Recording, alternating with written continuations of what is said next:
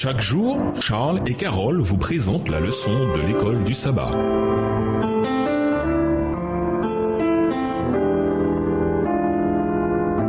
Bienvenue à votre émission Dieu nous parle.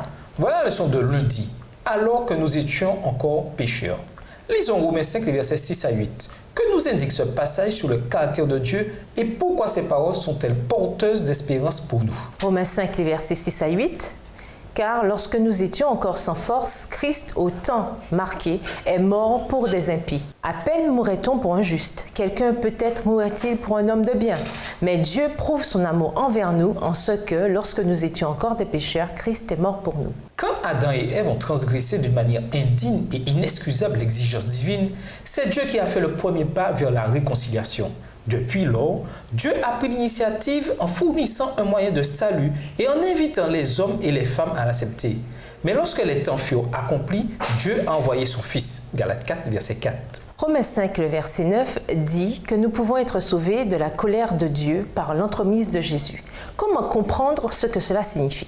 Romains 5, verset 9. À plus forte raison donc, maintenant que nous sommes justifiés par son sang, serons-nous sauvés par lui de la colère. À la veille de leur départ d'Égypte, le sang sur les linteaux des Israélites en Égypte protégea le premier-né de la colère qui tomba sur les premiers-nés égyptiens. De la même manière, le sang de Jésus-Christ garantit que l'on a été justifié et assure que ce statut sera protégé quand la colère de Dieu finira par détruire le péché à la fin des temps. Certaines personnes ont du mal avec l'idée d'un Dieu d'amour qui se mettrait en colère. Mais c'est précisément à cause de son amour que cette colère existe. Comment Dieu, qui aime le monde, pourrait-il ne pas avoir de la colère contre le péché? S'il était indifférent à notre sort, il ne se soucierait pas de ce qui arrive ici-bas.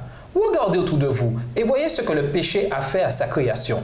Comment Dieu pourrait-il ne pas être en colère contre pareille dévastation?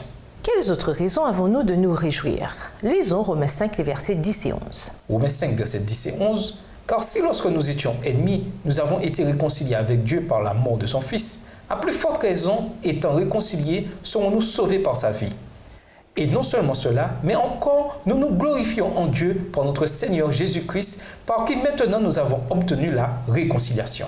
Certains commentateurs considèrent Romains 5, verset 10 comme une référence à la vie que Christ a menée sur cette terre, au cours de laquelle il a forgé un caractère parfait qu'il porte maintenant à notre crédit.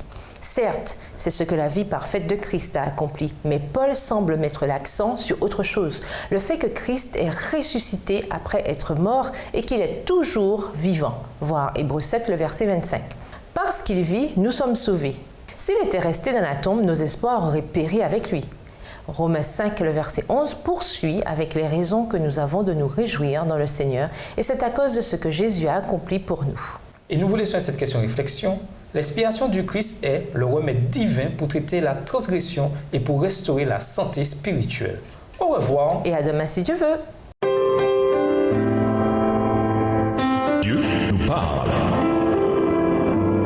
Chaque jour, Charles et Carole vous présentent la leçon de l'école du sabbat.